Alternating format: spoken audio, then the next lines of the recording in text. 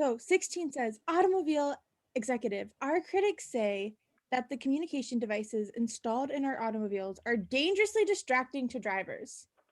But these critics are wrong. Drivers who want to use communications devices are going to use them regardless. Our devices are easier for drivers to use and hence are safer. Okay, so how would you approach this question? What would you do now? So I would identify the conclusion, which is the critics are wrong. Awesome. And then what would you do? Um, see what question type it was, and based on that, what I need to do with the answer choice. Like what I need to do? Yes. Okay. What kind of question is this? It's a flaw. Yes, and it's because we're saying um the reasoning in the automobile's executive argument is most vulnerable to the criticism. So we're saying what makes this argument not solid? Or what makes this argument vulnerable? And so we want to make a prediction here. So what would you predict is the reason why this conclusion here is not 100% rock solid?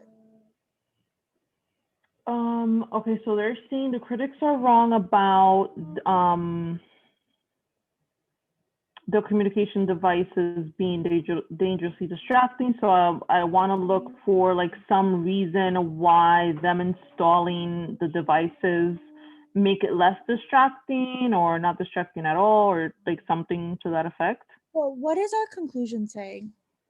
That the critics are wrong Yes, about critics are wrong. And what are the critics saying? the critics are saying that the communications devices are dangerously distracting. So we want to figure out like why can't we say that the critics are wrong? Yeah. Oh, I get what you're saying now. You were saying that they are. Yes, you were spot on. So why might these communication devices be dangerously distracting even though drivers who want to use communication devices are going to use them regardless and ours are just easier so they're safer? Mm-hmm. Why is that not enough to prove that these critics are wrong? Um, well, it could still be like distracting to some level. So making it easier doesn't really say if it's less distracting or if it's safer. Or that it's not. Yes, this is Or my favorite kinds of flaws. I call it absolute versus relative. mm-hmm. We're saying these critics are wrong and that we're not dangerously distracting, but just because we're safer, well, yeah, that might be relative to this other communication device, but that Mm-hmm. doesn't mean that we're not dangerous. Yeah. Excellent. All right, so now go ahead and read through these choices and let me know what you think. Okay, so A attempts to apply a general principle to a situation to which that principle is not applicable. I didn't choose that. I didn't really see any general principle that they were applying. Yeah, excellent. So no to that one. B fails to address the substantive point of the criticism that it is responding to. Um, that I believe was the right answer, um, because it's exactly what we predicted. It's saying, just because it's a little bit easier doesn't necessarily make it safer, which is kind of like the same thing that B is saying. Yeah, it fails to address the substantive point.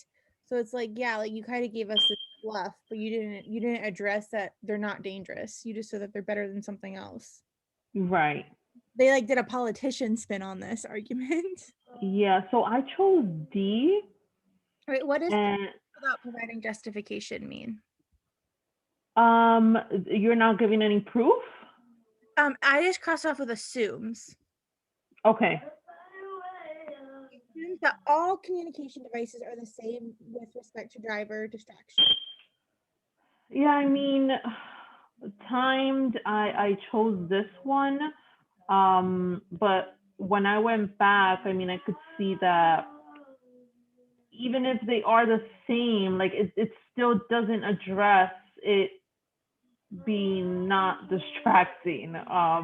Yeah, do we say all communication devices are the same? Do we assume that?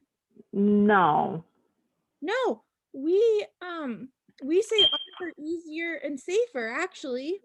Yeah. So D doesn't even happen. We don't even agree with D. Right.